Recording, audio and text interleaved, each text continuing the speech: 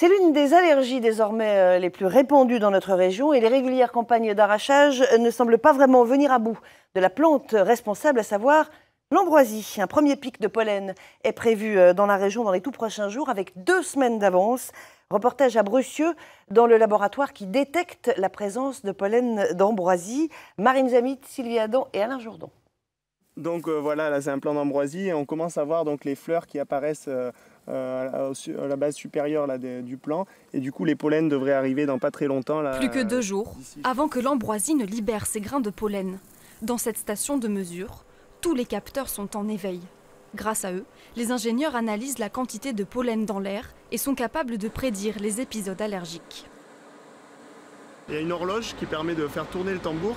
Il fait un tour en 1 semaine et les pollens viennent s'impacter du coup sur cette bande, viennent se coller ici. Des tambours comme celui-ci, le laboratoire de Brucieux en reçoit de toute la France. Les grains sont comptés, puis identifiés au microscope. Artemisia, Ambrosia, Ambrosia. Cette année, le pollen d'ambroisie apparaît avec 2 semaines d'avance en région Rhône-Alpes. Urtique. C'est le début, donc on n'en voit pas beaucoup, mais étant donné que la pollinisation de l'ambroisie est en avance, on commence à en voir alors que les autres années, pas forcément.